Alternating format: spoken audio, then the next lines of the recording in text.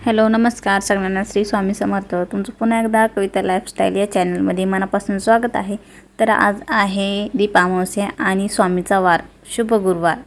तर आज दीपामावस्येसाठीच माझी सगळी तयारी चालू होती। मी सगळे दिवे छान स्वच्छ घासून घेतले आणि तर लगेच मला पूजेची तयारी करायची होती, त्यामुळे मी तर सगळी समई पंत्या दिवे सगळं स्वच्छ घासून स्वच्छ पुसून घेत होते आणि लगेच मग इथं मला पूजा करायची होती। तर मी स्वामीच्या फोटोसमोरच पूजा करणार होते, त्यामुळे स्वामीच्या फोटोपाशी छान असं स्वच्छ पुसून घेतलं सगळं आणि तिथं लाल वस्त्र ठेवलं, वस्त्रावर थोडासा अक्षदा ठेवला आणि त्याच्यावर सगळे समई दिवे ठेवून दिले। माझ्याकडे एक समई, 2 कमळाच्या छोट्या समई आणि एक दिवा फक्त एवढंच होतं। तर मी सगळे वस्तू ठेवून दिले आणि इथं मी कणकेची दिव्याची पण पूजा करत होते। हळदी कुंकू लावलं, इथं मी फुलं आणले होते, ते काय माझ्या लक्षात नव्हतं, माझ्या मिस्टरांनी मला ते ठेवले होते, त्यांनी मला फुलं आणून दिली। मग मी इथं थोडंसं डेकोरेशन करते। चला लवकर लवकर आपण आता पूजा करूया।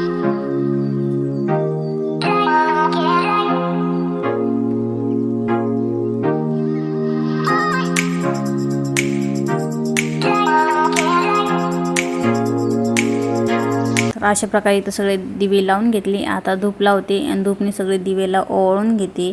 तर इथं धूप पण ओवाळून घेतले आणि धूप तिथं लावून ठेवते।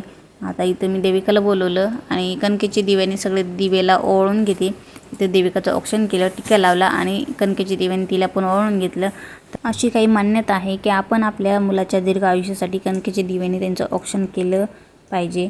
आपण त्यांच्या दीर्घ आयुष्यासाठी देवांना प्रार्थना केली पाहिजे।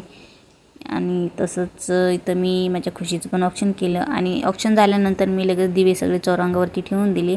तर अशा प्रकारे माझी आजची पूजा झाली, तुम्ही बघू शकतात। खूप छान वाटत होतं आणि खूप मन प्रसन्न पण झालं होतं।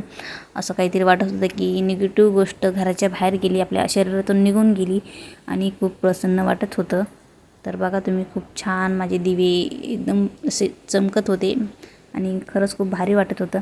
आणि त्यानंतर आमच्या खुशीला काही करमत नव्हतं, तर समर्थ आला होता तिच्यासोबत खेळायला। तर या दोघांची मस्ती बघा। त्यांना मला तुम्ही दर्शन करा, तर खुशीने दर्शन केलं, पण कसं केलं तुम्ही बघितलंच। आणि आज गुरुवार तर होता आणि अमावस्या पण होती, म्हटलं चला थोडीशी साफसफाई करावा।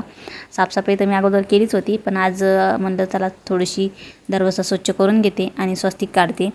तर मी अगोदर काढली होती, पण आता खूप दिवस झालं काढले नाही, तर म्हटलं आज काढून घेते। त्यासाठीच मी इथं थोडीशी स्वच्छता केली आणि कुंकुनी छान अशी मी स्वस्तिक काढायला घेतली होती कुंकाची। तर बघू शकतात। तर स्वस्तिक काढताना पण ह्याचे पण काहीतरी नियम आहेत, तर शास्त्रानुसार मी तेच व्हिडिओमध्ये थोडंसं बघितलं आणि त्याच प्रकारे मी इथं थोडीशी स्वस्तिक काढली।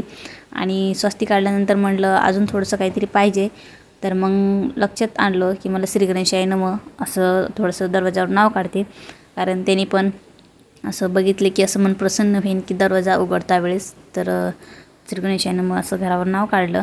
नंतर आम्हाला देविकाला आणायला जायचं होतं, देविकाला आणलं। तर आज गुरुवार होता, तर म्हणलं दत्ताच्या मंदिरात जाऊ, तिथं दर्शन करू। तर आम्ही तिथं दर्शने केले आणि इथं बघा आमची खुशीचं तर काय चालू होतं तिलाच माहिती, वरती चढायचंच म्हणत होती। तर दर्शने केली आणि खुशीला आणि देविकाला आज खूप ऊन लागत होतं। आज देविकाची टोपी पण घरीच राहिली होती, तर तिचं बघून इथं आमच्या खुशीने पण बॅग घेतली होती आणि स्वामीचं पण आज दर्शन झालं। आमच्या कॉलनीतनं पाठीमागं 2 घरी दशामाता देवीचं आगमन झालं, तिथं आम्ही दररोज संध्याकाळी आरतीला जातो। खूप छान वाटतं आणि मन पण खूप प्रसन्न वाटतं। तर आजच्यासाठी फक्त एवढंच। कसा वाटला माझा व्हिडिओ कमेंटमध्ये नक्कीच सांगा। प्लीज माझ्या चॅनलला सबस्क्राईब करा, व्हिडिओ लाईक करा, शेअर करा। भेटूया अशाच पुढच्या व्हिडिओमध्ये, तोपर्यंत बाय बाय।